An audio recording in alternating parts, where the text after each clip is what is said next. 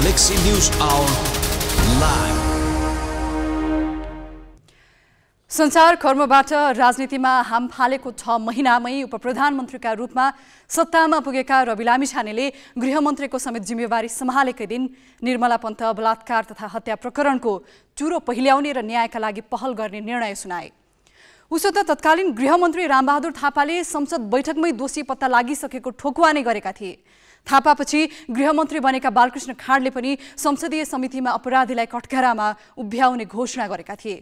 मन्त्रीहरू मात्रै होइन, सुरक्षा निकायको नेतृत्वमा पुगेका हरेकले घटनाको अनुसन्धानलाई निष्कर्ष दिने कसम खाएका छन्, पन्तलाई न्याय दिलाउने अभिव्यक्ति दिएका छन्। तर पन्तको परिवारले अझै भन्नु परिरहेको छ, आश्वासन होइन, न्याय देऊ। झण्डै 4.5 वर्षको यो अवधिमा घटनाको छानबिन गर्न थुप्रै समिति बने, अनुसन्धान गर्न धेरै जिम्मेवार अधिकारी कञ्चनपुर पुगे, प्रतिवेदनहरू बने, तर परिणाम शून्य छ। लामिछाने स्वयंले पनि टेलिभिजनमा कार्यक्रम मार्फत घटनाको छानबिन र न्यायका लागि चर्कै आवाज निकाले। आज आफै गृह मन्त्रालयको जिम्मेवारीमा पुगेका उनले राष्ट्रिय रूपमा चर्चित घटनाबारे लोकले सुन्न चाहेकै कुरा बोलेका छन्, तर जुन भूमिका उनले पाएका छन् त्यो बोल्ने भन्दा पनि काम गरेर देखाउने ठाउँ हो। सार्वजनिक खपतका लागि घोषणा गर्ने, ठोकुवा गर्ने र निर्देशन दिने काम त यसअघिका गृहमन्त्रीले पनि गरेकै हुन्। निर्मला पन्त र उनको परिवार उदाहरण मात्रै हो, न्याय पर्खिरहेका अरू थुप्रै छन् जसको आवाज राज्यको कानसम्म पुगेकै छैन। नयाँ सरकार र त्यसका नवनियुक्त सदस्यले सुनुन् र काम गरेर परिणाम देखाउन्। ग्यालेक्सी न्यूज आवरमा आज हामी नवनियुक्त गृहमन्त्री लामिछाने र अर्थमन्त्री विष्णु पौडेलका सामु रहेका चुनौती केलाउनेछौँ।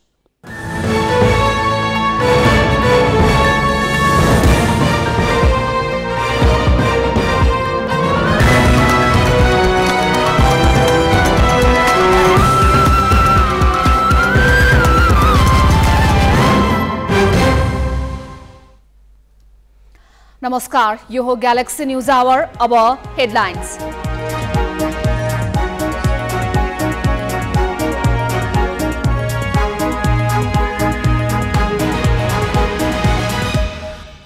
नयाँ सरकार गठनपछि एमालेमा राष्ट्रपति र सभामुख पदका आकांक्षीको लर्को, राष्ट्रपतिमा शाक्य, नेवाङ र गेवाली द्वयको चर्चा, सभामुखको दौडमा गुरुङ र विश्वकर्मा।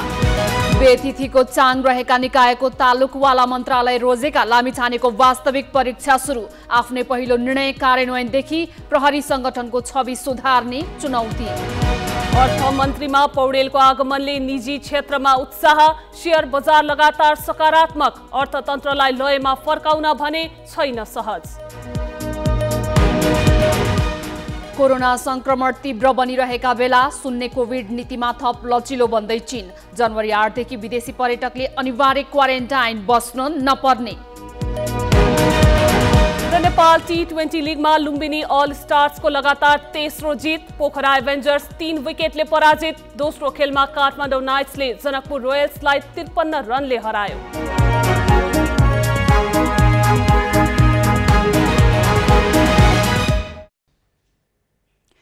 संविधानले कार्यकारी भूमिका नदिए पनि राष्ट्रपति मुलुकको सर्वोच्च पद हो। संविधानको संरक्षक र गणतन्त्रको प्रतीक मानिएको यो राजकीय पद पाउने शर्तमा नेकपा एमालेले माओवादी केन्द्रका अध्यक्ष पुष्पकमल दाहाललाई प्रधानमन्त्री बनायो। माओवादी केन्द्र प्रतिनिधि सभाको सभामुख पद पनि एमालेलाई दिन तयार भएको छ। नयाँ सरकार गठन भएपछि राष्ट्रपति र सभामुख पदका लागि एमालेभित्र आकांक्षीहरूको चर्चा र कसरत दुवै सुरु भइरहेको छ। माओवादी केन्द्रका अध्यक्ष पुष्पकमल दाहाल प्रधानमन्त्री नियुक्त भएसँगै राष्ट्राध्यक्ष को बन्ला भन्ने चासो हुन थालेको छ। विद्यादेवी भण्डारी दोहोर्याएर राष्ट्रपति बनिसकेकाले उनी तेहेरिन संविधान बाधक छ। त्यसकारण एमालेले नयाँ पात्र खडा गर्नुपर्नेछ। एमालेका नेताहरूले राष्ट्रपतिको विषयमा गठबन्धनमा छलफल प्रवेशै नभएको बताइरहे पनि आकांक्षीहरू देखा पर्न थालिसकेका छन्। राष्ट्रपति पार्टीको भागमा निश्चित भएपछि एमालेका 3 उपाध्यक्ष र 1 उपमहासचिव राष्ट्रपतिको आकांक्षीका रूपमा देखा परेका छन्। यो चाहना मुख रूपमा नआए पनि उनीहरूले पार्टीभित्र र बाहिर लबिङ सुरु गरिसकेका छन्। युवराज गेवाली 2052 मा राष्ट्रिय सभा सदस्य र 2070 मा समानुपातिकबाट संविधान सभा सदस्य चयन भएका युवराज गेवाली राष्ट्रपतिको आकांक्षीका रूपमा देखा परेका छन्।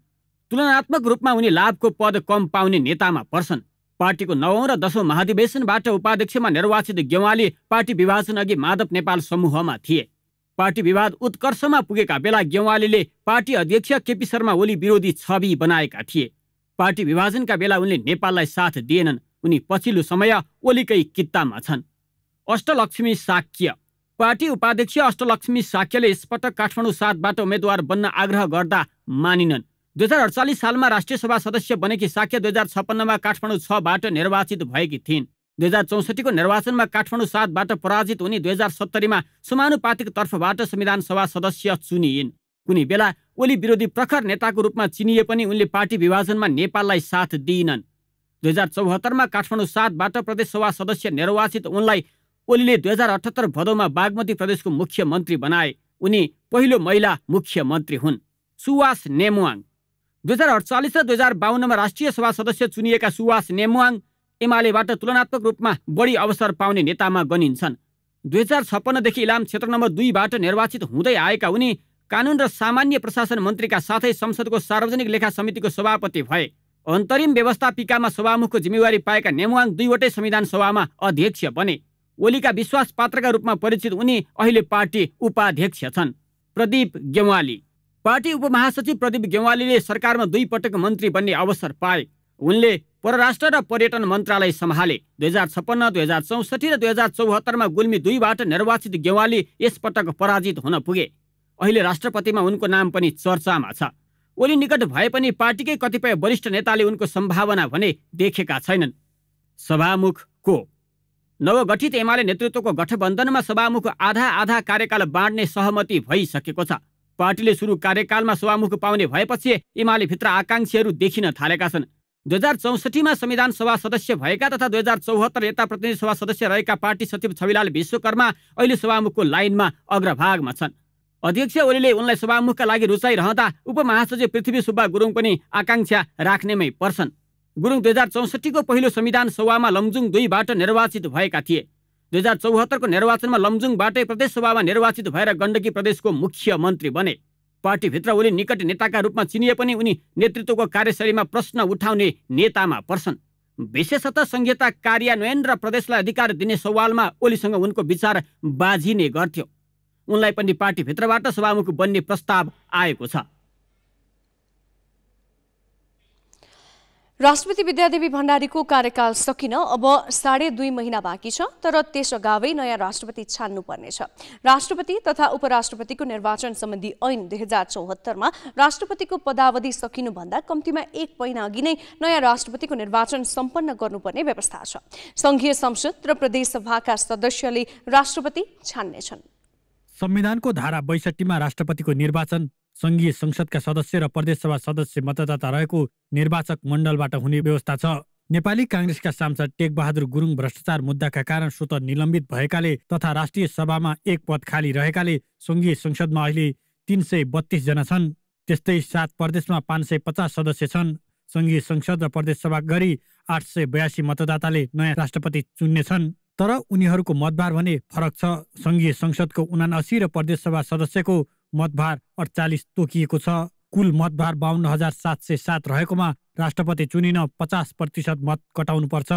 राष्ट्रपति उपराष्ट्रपति निर्वाचनको लागि संघीय संसदको सदस्यहरूको मतभार 1 मत बराबर 79 हिसाब गर्नु पर्यो र प्रदेश सभाका चाहिँ माननीय सदस्यहरूको चाहिँ 1 मत बराबर चाहिँ 48 जुन 68को जनगणना अनुसार कायम भएको त्यसरी उहाँहरूको मतभार हुन्छ भन्नाले 1 मत बराबर 48 प्रदेश सभाको प्रतिनिधि सभा र अनि राष्ट्रिय सभाका सदस्यहरूले दिएको मतभार 1 मत बराबर 79 हुने हाम्रो पहिलो जनगणनाको आधार अनुसार हो। संघीय संसद र प्रदेश सभामा अहिले 14 दलको प्रतिनिधित्व छ। त्यस्तै स्वतन्त्र सांसद र राष्ट्रिय सभामा राष्ट्रपतिबाट मनोनित सांसद पनि छन्। तीमध्ये सबैभन्दा धेरै नेपाली कांग्रेसका हुन्। कांग्रेससँग संघीय संसदमा 98 र प्रदेश सभामा 176 सांसद छन्, अर्थात् सबैभन्दा बढी मत कांग्रेससँग छ। कांग्रेसको 16,190 मतले राष्ट्रपति चुन्न पुग्दैन, उसलाई अरू दलको साथ चाहिन्छ। संघीय संसदमा 93 र 7 प्रदेश सभामा 161 सांसद रहेको एमालेको मतभार 15,154 हो। यस्तै माओवादीसँग 7,649, राष्ट्रिय स्वतन्त्र पार्टीसँग 1,580, रापरपासँग 2,450 र जसपासँग 2,145 छ। नेकपा एकीकृत समाजवादीसँग 2,574, जनमत पार्टीसँग 1242, लोकसभासँग 971, नागरिक उन्मुक्ति पार्टीसँग 813, नेमकिपासँग 223, राष्ट्रिय जनमोर्चासँग 106, नेपाल संघीय समाजवादी पार्टीसँग 48 र हाम्रो नेपाली पार्टीसँग 96 मतभार छ। नयाँ सरकार गठनका लागि अहिले एक ठाउँमा उभिएका 7 दलबीच सम्बन्ध बिग्रिएन भने सत्ता गठबन्धनका उम्मेद्वार राष्ट्रपति निर्वाचित हुनेछन्। सत्ता गठबन्धनमा रहेका दलको मतभार 31,270 अर्थात् 59% रहेकाले काङ्ग्रेसका उम्मेद्वार सहजै पराजित हुनेछन्। अंगराज नेउपाने, ग्यालेक्सी पोके, काठमाडौँ। अब केही न्यूज संक्षेपमा। राष्ट्रपति विद्यादेवी भण्डारीले संघीय संसदको अधिवेशन आह्वान गरेकी छन्। राष्ट्रपति भण्डारीले पुस 25 गतेका लागि संसद अधिवेशन आह्वान गरेकी हुन्। संविधानको धारा 93 को उपधारा 1 बमोजिम पुस 25 गते सोमबार दिउँसो 1 बजेका लागि अधिवेशन आह्वान गरेको राष्ट्रपतिले आज प्रतिनिधि सभाका ज्येष्ठ सदस्यको नाममा लेखेको पत्रमा उल्लेख छ। मङ्सिर 4 को निर्वाचनपछि प्रतिनिधि सभा र राष्ट्रिय सभाको बैठक पहिलो पटक बस्न लागेको हो।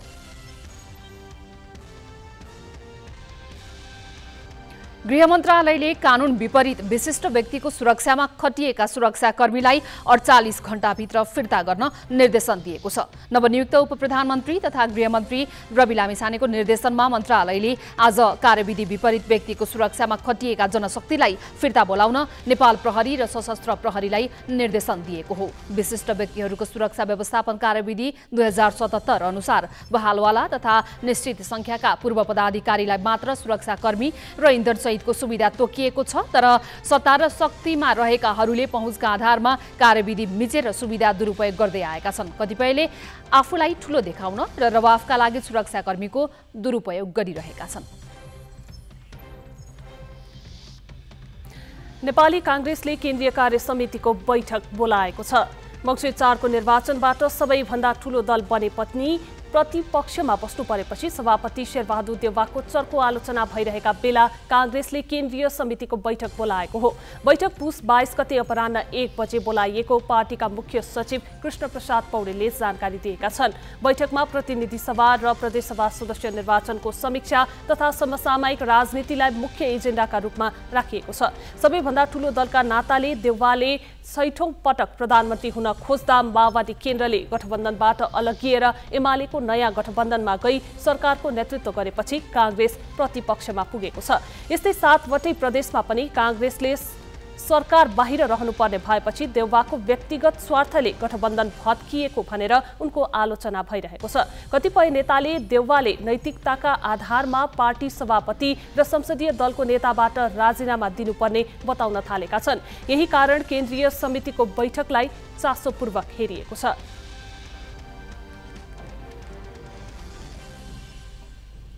प्रदेश 1 को पहिलो अधिवेशन पुस 17 गते बोलाइएको छ। प्रदेश प्रमुख परशुराम खापुङले पुस 17 गते दिउँसो 1 बजे बस्ने गरी प्रदेश सभाको अधिवेशन आह्वान गरेका हुन्। प्रदेश 1 मा निर्वाचित प्रदेशसभा सदस्यहरूले सोमबार मात्रै पद तथा गोपनीयताको शपथ लिएका थिए। नयाँ सदस्यको शपथ ग्रहणपछि सरकारले सोमबार नै प्रदेशसभा आह्वानका लागि प्रदेश प्रमुख खापुङ समक्ष सिफारिस गरेको थियो।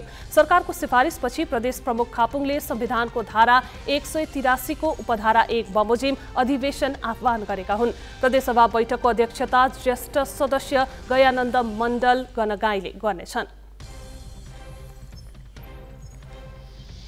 नेपाली कांग्रेसका सांसद टेक बहादुर गुरुङ स्वतः निलम्बनमा परेका छन्। विशेष अदालतमा भ्रष्टाचारको मुद्दा विचाराधीन रहेकाले सांसद गुरुङ निलम्बनमा परेका हुन्। संघीय संसद सचिवालयले गुरुङ पुस 8 गतेदेखि निलम्बनमा परेको आज सूचना मार्फत जनाएको छ। मनाङबाट निर्वाचित गुरुङले पुस 7 गते शपथ लिएका थिए। अदालतमा भ्रष्टाचार मुद्दा विचाराधीन रहेकाले उनलाई संसदीय गतिविधिमा संलग्न नगराउनु भनी अख्तियार दुरुपयोग अनुसन्धान आयोगले पत्र लेखेपछि संसद सचिवालयले निलम्बनमा परेको सूचना निकालेको हो। गुरुङ विरुद्ध अख्तियारले 2075 माघ 21 मा भ्रष्टाचार मुद्दा दायर गरेको थियो। सचिवालयले हत्या अभियोग लागेका एमाले सांसद लक्ष्मी महतो कोइरीलाई भने निलम्बन गरेको छैन। सशस्त्र प्रहरीका सहायक निरीक्षक थमन विकको हत्यामा संलग्न भएको अभियोग लागेका कोइरीलाई उच्च अदालत जनकपुरले 2077 मङ्सिर 19 मा थुनामै राखेर मुद्दा अघि बढाउन आदेश दिएको थियो।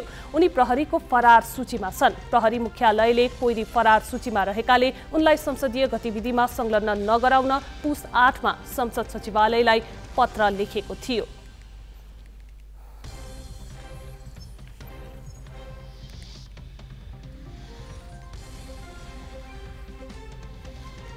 प्रधानमन्त्री पुष्पकमल दाहालले अर्थतन्त्रको पुनरुत्थान सरकारको पहिलो प्राथमिकता भएको बताएका छन्।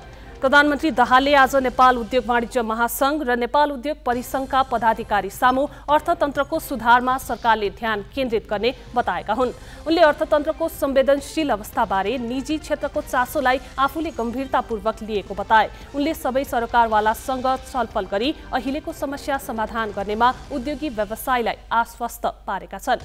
दाहालले निजी क्षेत्रसँग सहकार्य गर्न सरकार इच्छुक रहेको समेत बताए। दाहाललाई प्रधानमन्त्री भएकामा बधाई दिन महासंघ र परिसंघका पदाधिकारी आज बिहान कुमलटार पुगेका थिए। दुवै संस्थाका पदाधिकारीले उद्योग व्यवसाय सञ्चालनमा अहिले चालु पुँजी कर्जा निर्देशिका सबैभन्दा ठूलो समस्याको रूपमा देखा परेकाले कम्तीमा 2 वर्ष स्थगन गर्न प्रधानमन्त्री दाहालको ध्यानआकर्षण गराए। कर्जाको ब्याजदर उच्च भएकाले व्यवसाय सञ्चालन गर्नै नसक्ने स्थिति आएको भन्दै उद्योगी व्यवसायले यतातर्फ ठोस कदम चाल्न आग्रह गरे। उपप्रधान तथा गृहमन्त्री रवि लामिछाने सामु प्रहरी संगठन सुधार्ने लगायतका अनेकन चुनौती छन्। निर्मला पन्तलाई न्याय दिलाउने पहिलो निर्णयले परिवारमा आशा जगाएको छ। यस सम्बन्धी प्रसंग सोनिका अर्यालबाट। कञ्चनपुरको भीमदत्त नगरपालिकाकी 13 वर्षीय किशोरी निर्मला पन्तको बलात्कारपछि हत्या भएको 4.5 वर्ष भएको छ। 2075 साउन 10 मा भएको उक्त घटना अहिले पनि रहस्यकै गर्भमा छ। दोषी पत्ता लगाउन सरकारले गरेका कुनै पनि प्रयासले नतिजा दिन सकेका छैनन्। उपप्रधान तथा गृहमन्त्री रवि लामिछानेले कार्यभार सम्हालेकै दिन हिजो निर्मलाको न्यायका लागि पहल गर्ने निर्णय गरेपछि परिवारजनमा आशा पलाएको छ। हिजोका दिन सञ्चारकर्मीको भूमिकामा रहँदा निर्मलाको न्यायका लागि सशक्त आवाज उठाउने र कारबाही गर्ने निकायलाई झकझकाइरहने रवि लामिछाने अहिले उपप्रधान तथा गृहमन्त्री बनेका छन्। सञ्चारकर्ममा रहँदा र राजनीतिक प्रवेश गरेपछिका दिनमा पटक पटक निर्मला पन्तको घरमा पुग्दा एक दिन घटनाको सत्य तथ्य पत्ता लगाइ छान्ने प्रतिबद्धता उनले जनाएका थिए। क्षमताले भ्याएसम्म यसमा निरन्तर लागेको हुँ। अब राजनीतिमा जाँदाखेरि पनि मेरो प्राथमिकता हो। म चाहिँ थाकेको छैन। मलाई चाहिँ विश्वास छ। संयोगले आज तिनै व्यक्ति अनुसन्धान तथा कारबाही गर्ने निकायको उच्च तहमा पुगेका छन्। उपप्रधान तथा गृहमन्त्रीको पदभार ग्रहणपछि लामिछानेले निर्मला हत्याको अनुसन्धान थप सशक्त रूपमा अघि बढाउने पहिलो निर्णय नै गरे। निर्मला पन्तको न्यायको लागि थप पहल अहिले अगाडि आएको विषयमा न्यायको लागि पहल गर्ने निर्णय चाहिँ पहिलो निर्णय। बलात्कारी र हत्यारा 4 वर्षसम्म पत्ता नलाग्दा निर्मला पन्तका परिवार विक्षिप्त बनेका छन्। उनीहरूमा न्याय पाउने आशा मर्दै गएको थियो। तर हिजोका दिन न्यायका लागि निरन्तर आवाज उठाउने व्यक्ति नै गृहमन्त्री भएपछि भने निर्मलाका परिवारमा न्याय पाउने आशा पलाएको छ। मलाई आशा अहिले चाहिँ छ। मैले पत्ता लगाउलान् भन्ने आशा छ। अब लागेन भने त के गर्नु। अहिले उहाँले आफै गृहमन्त्री भएर ठाउँमा पुगिसक्नुभयो। जसरी भए पनि यो केस चाहिँ यतिकै नछोडिदिनु होला, पत्ता लगाएरै छोडिदिनु होला। निर्मलाको हत्या हुँदा गृहमन्त्री रामबहादुर थापा थिए। केपी ओली नेतृत्वको नेकपा एमालेको सरकार ढलेपछि शेरबहादुर देउवाको नेतृत्वमा बनेको सरकारमा गृहमन्त्री जिम्मा बालकृष्ण खाँडले पाए। तर दोषी पत्ता लगाउन उनले पनि खासै तदारुकता देखाएनन्।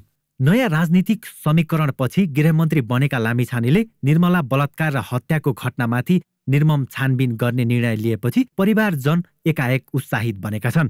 कञ्चनपुरबाट ज्ञानेन्द्र महता र हिक्मत रावलको रिपोर्ट। पार्टी गठनको 6 महिनामै राष्ट्रिय स्वतन्त्र पार्टीका अध्यक्ष रवि लामिछानेले उपप्रधानमन्त्री सहित गृहमन्त्रीको जिम्मेवारी पाए। यति छोटो समयमा प्रधानमन्त्री पछिको शक्तिशाली मन्त्रालयमा लामिछानेको प्रवेश चान्चुने उपलब्धि होइन। यो ठूलो छलाङ हो।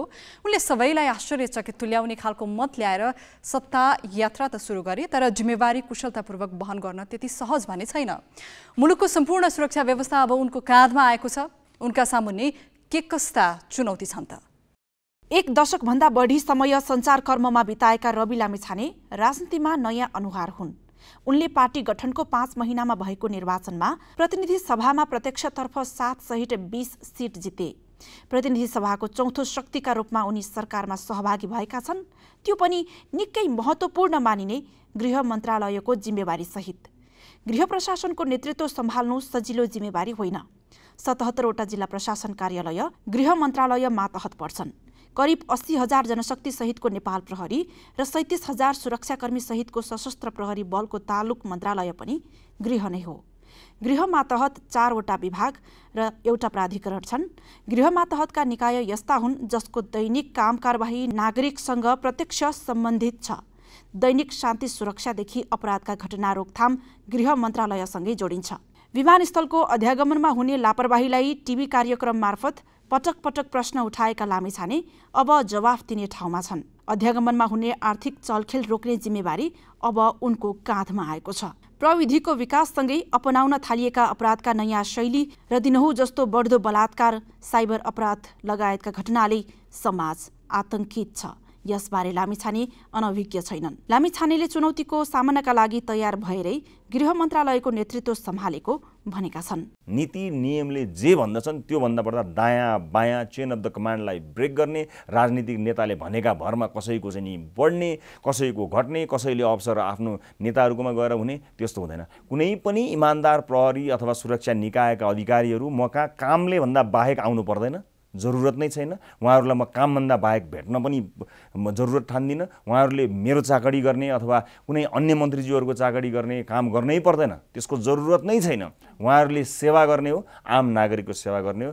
यसका लागि विधिको शासनभन्दा पर मैले केही पनि हेरेको छैन। यी दुईटा नागरिकले महसुस गर्ने कुरा र सङ्गठनभित्रको यी सुधार, यसलाई मैले प्राथमिकता साथ राखेको छु।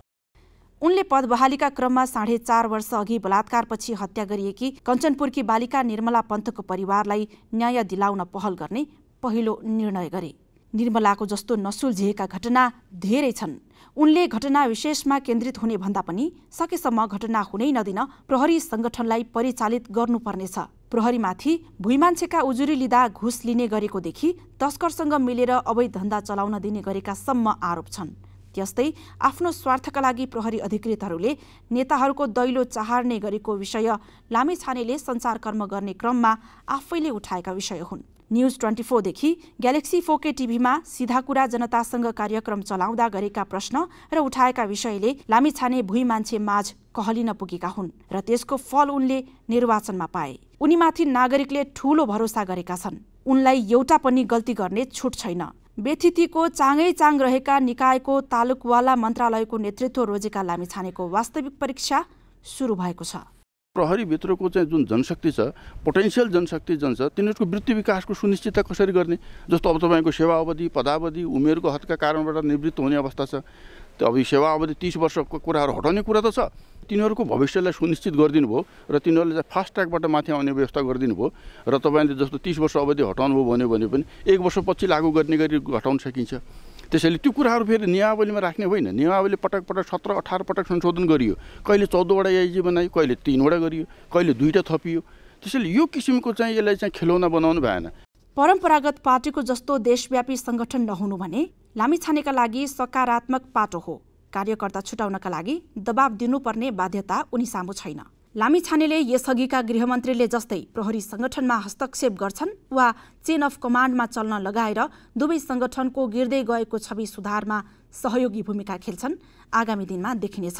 सञ्चारकर्मीदेखि पहिलो पटक सांसद हुँदै उपप्रधान तथा गृहमन्त्री नियुक्त भएका रवि लामिछानेको काँधमा निर्मला हत्या प्रकरण जस्ता नसुल्झिएका अपराधका घटनाहरू सुल्झाउनेदेखि देशको शान्ति सुव्यवस्था र सुरक्षा संगठन चुस्त बनाउने लगायतका अथाह चुनौती छन्। भनिन्छ चुनौती अवसर पनि हो। यी चुनौतीहरू गृहमन्त्री लामिछानेले कसरी अवसरको रूपमा परिणत गर्छन् त्यो भने हेर्न बाँकी नै छ। क्यामेरामा योगेश लामाका साथमा शिखा श्रेष्ठ, ग्यालेक्सी 4K, सिंहदरबार, काठमाडौँ। तत्कालीन गृहमन्त्री रामबहादुर थापाले राम्रै आश्वासन बाँडेका थिए। उनले संसद बैठकमै दोषी पत्ता लागिसकेको ठोकुवा गरेका थिए। त्यसपछि आएका गृहमन्त्री बालकृष्ण खाँडले संसदीय समितिमै अपराधीलाई कटकरामा उभ्याउने घोषणा गरे, तर यी लोकप्रियताका लागि गरिएका सस्ता प्रचार साबित भएका छन्। गृहमन्त्री लामिछानेलाई उनीहरूभन्दा भिन्न हुनुपर्ने ठूलो चुनौती छ। अब केही न्युज संक्षेपमा।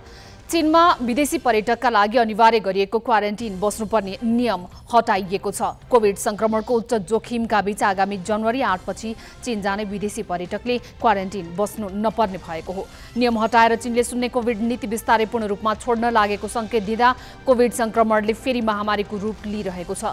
ओमिक्रोनको सब भेरिएन्ट BF7 का कारण चीनमा पछिल्ला दिनमा संक्रमण तीव्र गतिमा फैलिएको हो। गत साता मात्र 3 करोड 70 लाख मानिस संक्रमित भएको हुन सक्ने अनुमान गरिएको छ। यद्यपि चीनले आधिकारिक तथ्याङ्क भने सार्वजनिक गरेको छैन। महामारी बढेपछि राजधानी बेइजिङ सहितका शहरका अस्पतालमा भर्ना हुने बिरामीको संख्या बढेको छ। अधिकांश अस्पतालका आइसियु बेड बिरामीले भरिएका छन्।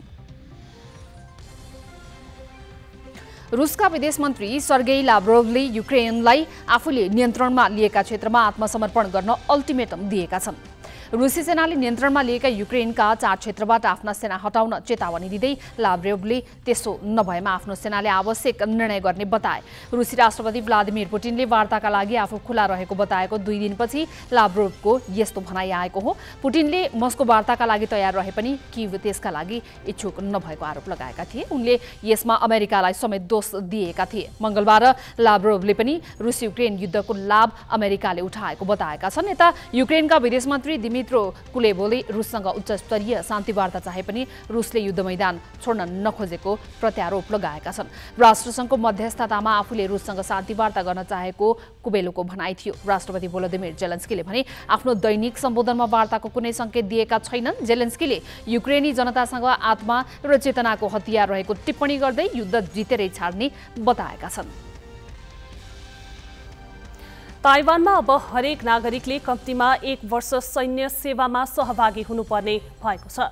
चीनसँग सङ्घर्ष बढ्दै गएको जनाउँदै ताइवानले अनिवार्य सैन्य सेवाको अवधि 4 महिनाबाट बढाएर 1 वर्ष पुर्याएको हो। यो नियम 4 दिनपछि लागू हुनेछ। राष्ट्रपति साई इङ वेनले नागरिकको सुरक्षालाई सुदृढ पार्न र चीनको दबदबा सामना गर्न सैन्य सेवाको अवधि बढाइएको बताएकी छन्। ताइवानले सधैँ शान्ति चाहे पनि आफ्नो रक्षाका लागि सक्षम हुनुपर्ने उनको भनाइ छ। ताइवानको हालको सैन्य र प्रशिक्षण प्रणाली चीनको सामना गर्न अपर्याप्त रहेको वेनको स्पष्टोक्ति छ। ताइवानमा 18 वर्ष उमेर पुगेका नागरिकले अनिवार्य सैन्य सेवा गर्नुपर्ने व्यवस्था छ। अमेरिकामा हिमपात सहित आएको आँधीका कारण मृत्यु हुनेको संख्या 56 पुगेको छ। चिसोका कारण पश्चिमी न्युयोर्कमा मात्रै 28 जनाको मृत्यु भएको छ। न्युयोर्कका गभर्नर क्याथी होचुलका अनुसार अत्यधिक चिसोले बफेलो शहर बढी प्रभावित भएको छ। त्यहाँका कतिपय मानिस हिउँले घर पुरिएकाले 2 दिनदेखि कारमा बस्न बाध्य छन्। पश्चिमी न्युयोर्कका केही भागमा आज थप 9 इन्चसम्म हिउँ परेको छ। त्यस्तै Ontario, Montana, Quebec, Vermont, Ohio, Missouri, Wisconsin, Kansas, Colorado लगायतका क्षेत्र पनि चिसोका कारण नराम्रोसँग प्रभावित छन्। मौसमविदहरूले यसलाई अमेरिकामा हालसम्मकै ठूलो प्राकृतिक विपत्ति भनेका छन्। अमेरिकी राष्ट्रपति जो बाइडेनले न्युयोर्कमा आपतकाल घोषणा गरेका छन्। छिमेकी राज्य न्यू जर्सीले न्युयोर्कमा थप सहायता स्वरूप आपतकालीन सेवा पठाएको छ। बाँकी प्रसङ्ग क्रान्ति शिखाबाट। नेपालमा अहिले कोरोना संक्रमणको दर शून्यमा झरिसकेको छ। नमुना परीक्षण र संक्रमितको संख्या हेर्दा कोरोनाको तेस्रो लहर समाप्त प्राय भइसकेको देखिन्छ। तर छिमेकी देशहरूमा कोरोनाको सब भेरिएन्ट BF7 देखिन थालेपछि नेपालमा पनि संक्रमण बढ्ने आशंका बढेको छ।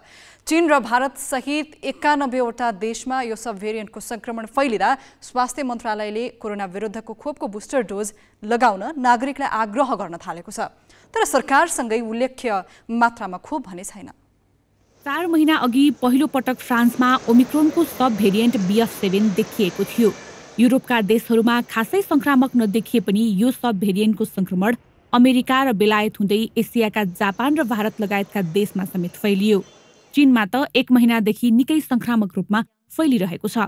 एकातिर चीन सरकारले शून्य कोभिड नीतिमा लचकता अपनाएको छ, अर्कोतिर भारतमा समेत संक्रमण देखिन थालेको छ। जोखिम देखिएकै कारण नेपालमा स्वास्थ्य मन्त्रालयले स्वास्थ्य सुरक्षा अपनाउन र खोप लगाउन आग्रह गरेको छ। मन्त्रालयले सबैलाई बुस्टर डोज खोप लगाउन भनेको छ। बुस्टर डोजको जुन लिने दर छ नि एकदमै कम छ नेपालमा, 37.7% मात्रै छ। त्यो भने डिमान्ड बेस हो। अब डिमान्ड नभएपछि हामीले खोप उपलब्धता पनि हुँदैन, किनकि एक्सपेन्सिभ छ, स्टोरेजको कुरा हुन्छ, चाँडै एक्सपायर हुन्छ। त्यही भएर अहिले पहिला भइरहेको खोप पनि हामीले पुस गर्दा गर्दै पनि 37.7%ले मात्रै लगाउनु भयो। अब चाहिँ यसको निड आयो, बुस्टर डोज लगाउनु पर्यो, ताकि यदि आइहाल्यो भने पनि कडा किसिमको रोग लगाउँदैन। खोप लगाएकोमा कडा किसिमको रोग लगाउँदैन, आइसियु भर्ना हुन कम हुन्छ सम्भावना, डेथ हुने सम्भावना कम हुन्छ। नेपालले हालसम्म 6 करोड 17 लाख डोज खोप प्राप्त गरेको छ, जसमा 2 करोड 23 लाख 24 हजार अर्थात् कुल जनसङ्ख्याको 76%ले पूर्ण खोप लगाएका छन्। तीमध्ये 79 लाख 72 हजारले मात्र बुस्टर डोज खोप लगाएका छन्। 82 लाख 70 हजार डोज खोप बाँकी छ, जसमध्ये 40 लाख डोज खोप चीनबाट प्राप्त साइनोभ्याक्स हो। कोभिसिल्ड र फाइजरको खोप लगाएकाले साइनोभ्याक्स खोप बुस्टरका रूपमा लगाउन नमिल्ने भएकाले यो खोप प्रयोग नै गर्न नमिल्ने स्वास्थ्य सेवा विभागले जनाएको छ। हाल बालबालिकालाई लगाउन मिल्ने फाइजरको 4,50,000 डोज खोप बाँकी छ। फाइजर, कोभिसिल्ड, जोन्सनको खोप छैन। भेरोसेल खोप धेरै बाँकी रहेकाले सरकारले बुस्टर डोज खोप लगाउनु भने पनि बुस्टर लगाउन जानेहरू रित्तै फर्कने गरेका छन्। नेपालमा ओमिक्रोनको 17वटा सब भेरिएन्ट देखिसकेको छ। कोरोनाको तेस्रो लहरदेखि निकै संक्रामक रूपमा फैलिएको ओमिक्रोन भेरिएन्ट नेपालमा भिन्न भिन्न स्वरूपमा म्युटेसन भइरहेको छ। कोरोना जति धेरै व्यक्तिमा देखियो उति नै म्युटेसन हुँदै जान्छ। नेपालमा धेरै व्यक्ति ओमिक्रोनबाट संक्रमित भइसकेको पुष्टि हुने चिकित्सक बताउँछन्। निकै छिटो फैलने BF7 भेरिएन्टबाट संक्रमित हुनेमा जटिल स्वास्थ्य समस्या भने देखिएको छैन। त्यसमाथि खोप लगाउनेको संख्या धेरै भएको र धेरै व्यक्ति पहिले नै संक्रमित भएर रोग प्रतिरोधी क्षमता विकास भइसकेको हुँदा आत्तिनुपर्ने अवस्था नभएको चिकित्सक बताउँछन्। चीनको जुन अवस्था हेरेर धेरै त्रसित हुनुपर्ने अवस्था छ म देख्दिनँ। मैले फेरि पनि भने विश्वभन्दा चीनको अलिकति कोभिडलाई नियन्त्रण गर्ने या नीति अलिक फरक देख्छु मैले।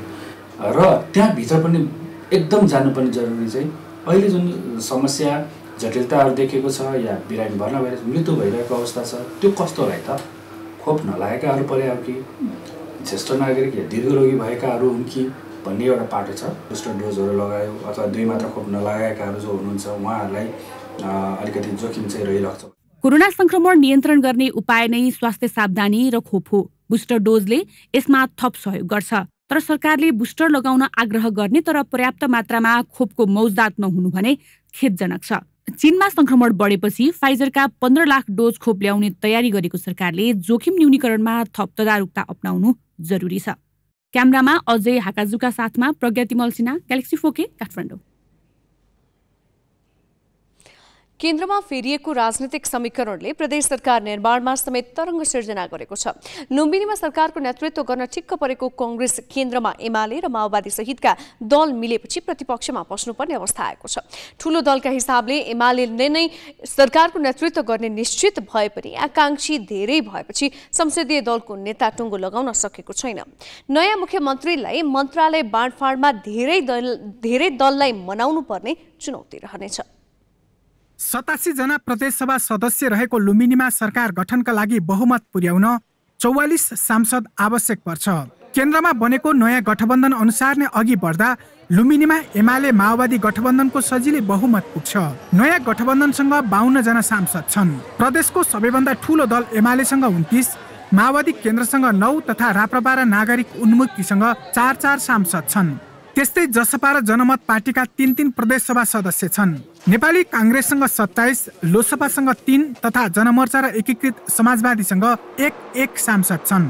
यो संख्या सरकार बनाउन पर्याप्त छैन। लुम्बिनीमा 3 जना स्वतन्त्र सांसद छन्। माओवादी केन्द्रबाट रुष्ट बनेर स्वतन्त्र उम्मेदवारी दिएका 3 जना सांसद माओवादीमै फर्किन सक्ने आकलन गरिएको छ। ठूलो दल भएका कारण अबको सरकारको नेतृत्व पनि एमालेले नै पाउने सम्भावना बलियो छ। त्यससँगै मुख्यमन्त्रीमा रूपन्देहीका लीला गिरी र भूमेश्वर ढकालको चर्चा चुलिएको छ। भोजप्रसाद श्रेष्ठ र चेतनारायण आचार्यले पनि मुख्यमन्त्रीमा दाबी गरिरहेका छन्। आकांक्षी धेरै भएपछि एमालेले अहिलेसम्म संसदीय दलको नेता छनौट गर्न सकेको छैन। अर्कोतर्फ सरकारको नेतृत्व कसले गर्छ किटेर भन्न सकिने अवस्था पनि छैन। अब को बन्छ भन्ने सवाल भनेको एमालेको दावा छ। एमाले भित्र छलफल निश्चित रूपमा पनि चलिरहेको हुन्छ। त्यसमा एउटा अनुभव र कामको पर्फर्मेन्सको आधारमा हामीले लुम्बिनीको पहिचानलाई माथि उठाउने र पार्टीको एजेन्डा जुन चाहिँ घोषणापत्र जुन खालको कार्यान्वयनको चाहिँ क्षेत्र हो ती क्षेत्रलाई अगाडि बढ्ने क्रममा दावा त सबैले गर्ने कुरा हुन्छ नै, त्यो सबैको अधिकारको कुरा पनि भयो, र पार्टीले त्यसलाई छनौट प्रक्रियामा लाने माध्यमबाट हामी गयौँ भने निश्चितमा पनि योग्य मान्छे नै त्यहाँको मुख्यमन्त्री बन्छ। लुम्बिनीमा मुख्यमन्त्रीको दाबी गर्ने अर्को दल माओवादी केन्द्रले पनि संसदीय दलको नेता चयन गरेको छैन। माओवादीले लुम्बिनी सरकार एमालेकै भागमा पर्न सक्ने अनुमान गरी संसदीय दलको नेता चयनमा जाँगर नचलाएको हो। मुख्यमन्त्री पाइएको खण्डमा रोल्पा कबाट निर्वाचित जोखबहादुर महरालाई अघि सार्ने मनसायमा माओवादी केन्द्र छ। केन्द्रमा सरकार गठनपछि भने लुम्बिनीमा नेताले भेटघाट र वार्तालाई तीव्रता दिएका छन्। सरकार गठनका लागि बहुमत सजिलै जुटे पनि गठबन्धनमा धेरै दल रहेकोले मन्त्रीमण्डलको आकार ठूलो बन्न सक्ने अनुमान छ। धेरै दललाई मनाउँदा भागवण्डामा समेत सकस हुने निश्चित छ। क्यामेरामा नारायण नेपालका साथ दाङबाट रोशनमान श्रेष्ठको रिपोर्ट।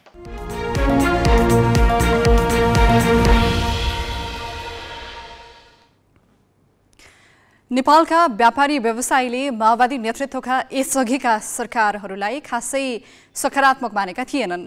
यसपल्ट माओवादी केन्द्रका अध्यक्ष पुष्पकमल दाहाल नेतृत्वको सरकार भए पनि एमाले उपाध्यक्ष विष्णु पौडेल अर्थमन्त्री बनेका छन्, जसलाई उद्योगी व्यापारीले एमालेकै भरतमोहन अधिकारीपछि सबैभन्दा बढी रुचाएका छन्। जनचासो भन्दा व्यापारीका पीडालाई बढी बुझ्ने र संवेदनशील व्यवहार गर्ने पौडेलले अर्थतन्त्रको बागडोर सम्हालेसँगै आशाको सञ्चार भएको देखिएको छ। तर यो कतिन्जेल टिक्न सक्छ र अहिलेका असाधारण समस्याबाट पौडेलले कसरी देशको ढुकुटी जोगाउँछन् भन्ने हेर्न बाँकी छ। पौडेलले अर्थ मन्त्रालय सम्हालेसँगै शेयर बजार सूचक 2 दिनमा 117 अङ्क बढ्यो। सबै समूहगत सूचकमा हरियाली छाएको छ। लामो समयदेखि ओह्रालो लागेको शेयर बजारमा यो हौसला आउनका पछाडि 2 कारण छन्। अर्थमन्त्री पौडेल उद्योगी व्यापारीप्रति बढी लचक र उदार मानिन्छन्। उनले कार्यकालको सुरुमै व्यापारी व्यवसायीका प्रतिनिधिलाई बोलाएर उनीहरूका गुनासो सङ्कलन गरेका छन्। व्यवसायीका छाता संस्थाका प्रतिनिधिलाई आश्वासन बाँडेका छन् र उनलाई आफ्नो गुनासो पोख्न व्यापारी उत्तिकै लालायत देखिएका छन्। जुन अहिले निजी क्षेत्र देशैभरि आन्दोलित भएको छ मान्यज्यू, हिजो पनि विराटनगरमा, वीरगञ्जमा, आज पनि कमसेकम 4-5 ठाउँमा विभिन्न किसिमका आन्दोलनहरू भइरहेका छन्। विभिन्न हामीले सुनेको अनुसार 4 देखि 5 जनाले आत्महत्या पनि गरिसकेका छन् हैन, र यो अवस्था एकदमै निराशाजनक रहेको छ।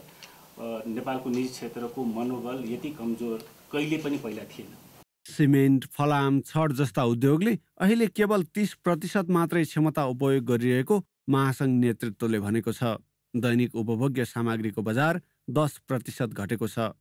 विद्युतीय उपकरणको कारोबार 55%ले सङ्कुचन भएको महासङ्घको अध्ययनले देखाएको छ। यसरी देशको समष्टिगत माग नै कम भएपछि उद्योगी व्यापारीले चुनाव अघिदेखि नै सरकार र केन्द्रीय बैङ्कको विरोधमा सडक तताउन थालिसकेका थिए।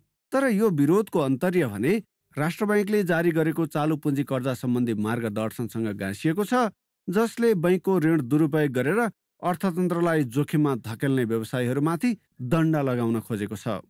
तैपनि आश्वासन नै सही, अर्थमन्त्रीले राष्ट्र बैङ्क आफ्नो बगलीभित्रै रहेको सुनाउन भ्याएका छन्। राष्ट्र बैङ्कले पनि सँगै बसेर सुनिरहेछ, मन्त्रालयले पनि सँगै बसेर सुनिरहेछ।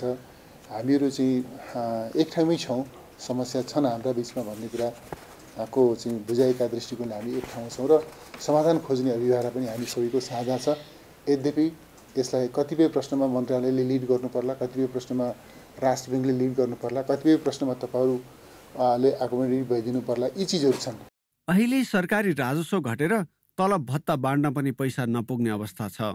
आधा आर्थिक वर्ष सकिनै लाग्दासम्म सरकारी ढुकुटी 95 अर्बभन्दा धेरै खुद घाटामा छ। बजारमा लगानी योग्य पुँजीको अभाव छ। सट्टे बजारहरू ओह्रालो लागेका छन्। महँगी चुलिएको छ। सरकारको ऋण दायित्व बढेको बढै छ। विकास निर्माणका काम अघि बढ्न सकेका छैनन्। नयाँ रोजगारी सिर्जना हुन सकेका छैनन्। यस्तो बेला नयाँ जनादेश बोकेर सरकारी ढुकुटीको चाबी बोक्न आएका अर्थमन्त्री पौडेलले पूरक बजेट ल्याउने वा कुनै पृथक नीतिगत कदम चाल्ने सङ्केत गरिसकेका छैनन्। तर उनलाई यसअघिका 2 कार्यकालभन्दा यो पटक परिणाम देखिने गरी काम गर्न निकै चुनौतीपूर्ण हुनेछ। बिजनेस ब्युरो, ग्यालेक्सी फोके, काठमाडौँ।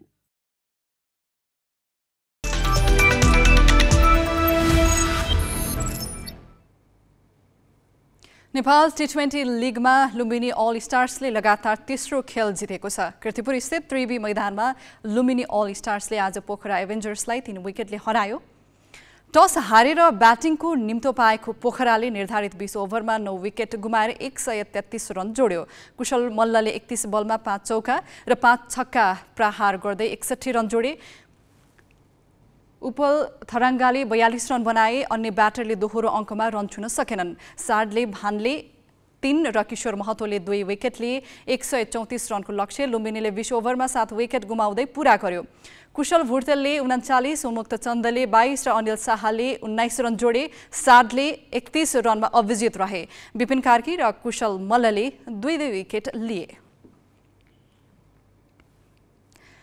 लिगको अर्को खेलमा काठमाडौँ नाइट्सले जनकपुर रोयल्सलाई 53 रनले हराएको छ। काठमाडौँले दिएको 200 रनको लक्ष्य पछ्याएको जनकपुरले निर्धारित 20 ओभरमा सबै विकेट गुमाउँदै 155 रन मात्र बनाउन सक्यो। जनकपुरका लागि सामुल्लाह सिनवारीले 29, सन्दीप जोराले 26 र पवन सराफले 24 रन जोडे। अजमतुल्लाह ओमारजैले 3 तथा बसिर अहमदले 2 विकेटले। यसअघि टस जितेर ब्याटिङ गरेको काठमाडौँले 20 ओभरमा 6 विकेट गुमाउँदै 208 रन जोडेको थियो।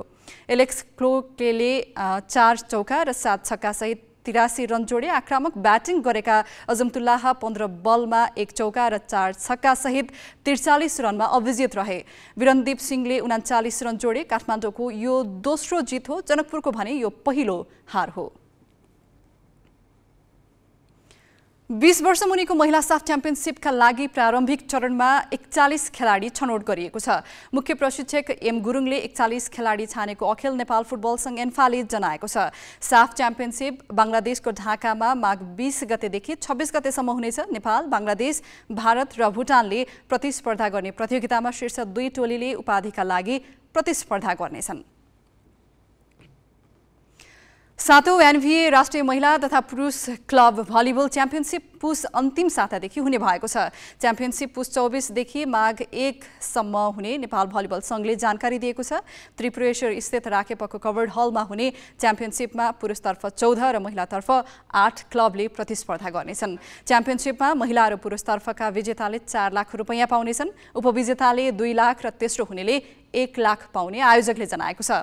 च्याम्पियनसिपमा सहभागी हुने टोलीले 3 जना विदेशी खेलाडी राख्न पाउनेछन्।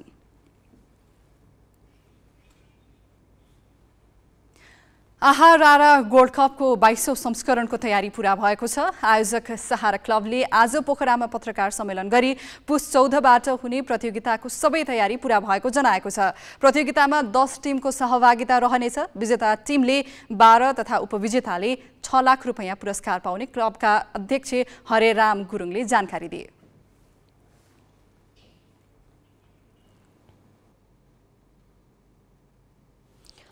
किशोरीमाथि बलात्कारको अभियोगमा राष्ट्रिय क्रिकेट टोलीका निलम्बित कप्तान सन्दीप लामिछाने कार्तिक 19 देखि कारागारमा छन्।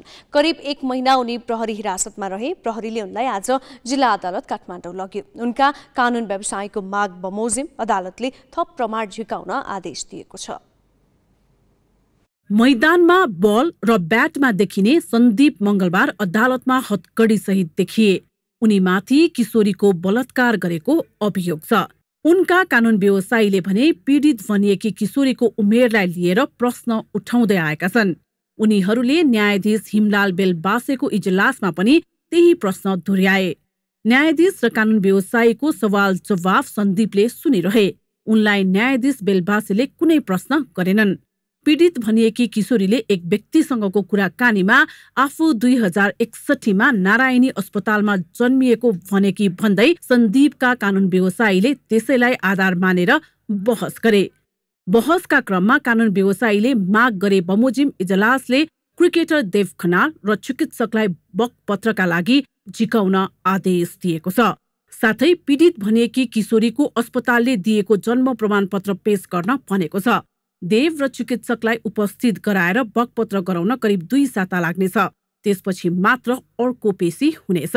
देव खनालसँग बकपत्र गर्ने, दोस्रोमा डाक्टर साहबसँग बकपत्र गर्ने र त्यसो चाहिँ सम्बन्धित अस्पतालबाट चाहिँ विवरण ल्याउने भन्ने आदेश भएको छ। रेगुलर प्रोसेसमा अब बकपत्र भएर अनि हेरिङको पेशीहरू चल्ने काम चाहिँ सुरु हुन्छ। हाम्रो होल इफोर्ट्स चाहिँ जति सक्दो चाँडो यो मुद्दालाई चाहिँ टुङ्गोमा पुर्याउने नै रहेको छ, तर ठ्याक्कै स्पेकुलेट गर्न चाहिँ सकिँदैन। अझै 2-3 महिना जति लाग्न सक्छ।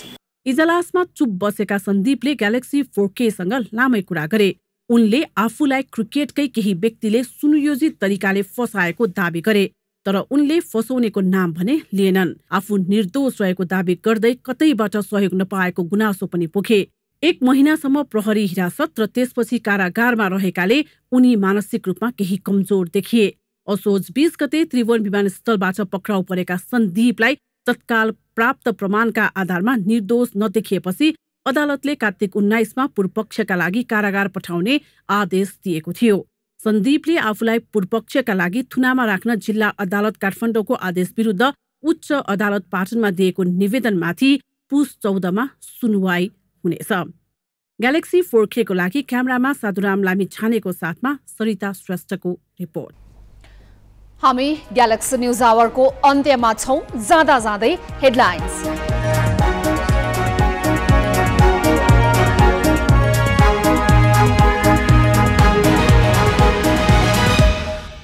नयाँ सरकार गठनपछि एमालेमा राष्ट्रपति र सभामुख पदका आकांक्षीको लर्को, राष्ट्रपतिमा साक्य नेवाङ र गेवाली द्वयको चर्चा, सभामुखको दौडमा गुरुङ र विश्वकर्मा। बेतिथीको चाङ रहेका निकायको तालुकवाला मन्त्रालय रोजेका लामिछानेको वास्तविक परीक्षा सुरु। आफ्नै पहिलो निर्णय कार्यान्वयनदेखि प्रहरी संगठनको छवि सुधार्ने चुनौती। अर्थमन्त्रीमा पौडेलको आगमनले निजी क्षेत्रमा उत्साह, शेयर बजारमा लगातार सकारात्मक। अर्थतन्त्रलाई लयमा फर्काउन भने छैन सहज। कोरोना संक्रमण तीव्र बनिरहेका बेला शून्य कोभिड नीतिमा थप लचिलो बन्दै चीन। जनवरी 8 देखि विदेशी पर्यटकले अनिवार्य क्वारेन्टिन बस्न नपर्ने। नेपाल T20 लिगमा लुम्बिनी अल स्टार्सको लगातार तेस्रो जित। पोखरा एभेन्जर्स 3 विकेटले पराजित। दोस्रो खेलमा काठमाडौँ नाइट्सले जनकपुर रोयल्सलाई 53 रनले हरायो।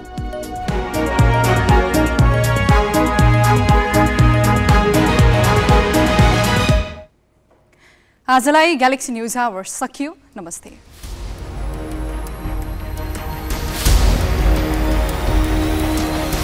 This is Galaxy News Hour Live.